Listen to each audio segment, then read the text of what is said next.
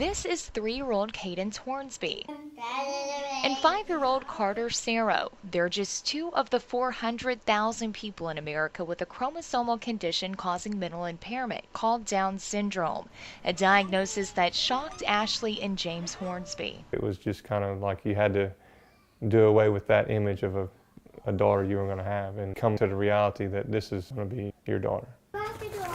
For Rick and Melanie Sarrow, a quad test and optional blood test in pregnancy showed that she had a slight risk for having a baby with Downs. It came back positive for Down syndrome, which also that doesn't mean that your child has Down syndrome. It just means you have a greater risk of having a child with Down syndrome. Down syndrome can be pinpointed in an amniocentesis, an invasive genetic screening that detects an extra copy of the 21st chromosome, something you can see on this karyotype.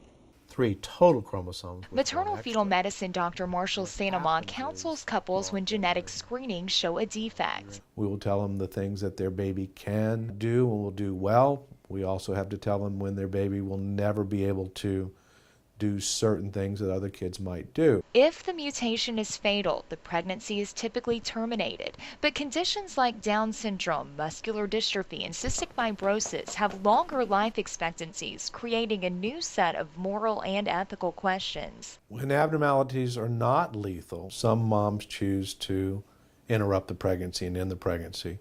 And the one there that's done most commonly would be Down syndrome.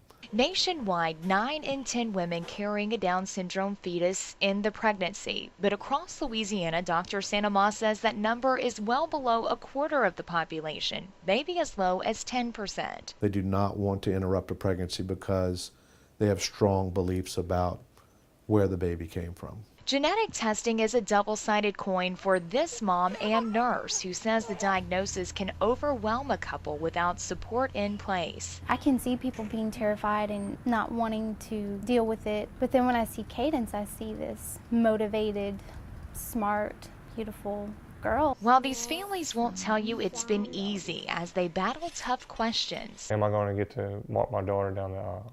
Am I going to see her go to prom? They will tell you their children are worth the love they have to give. His gift for us is really the gift of unconditional love, unequivocally unconditional love. Felt by siblings. It's like having an older brother with no Down syndrome. And those that brought them into the world. And he has a lot of inner drive that was God-given.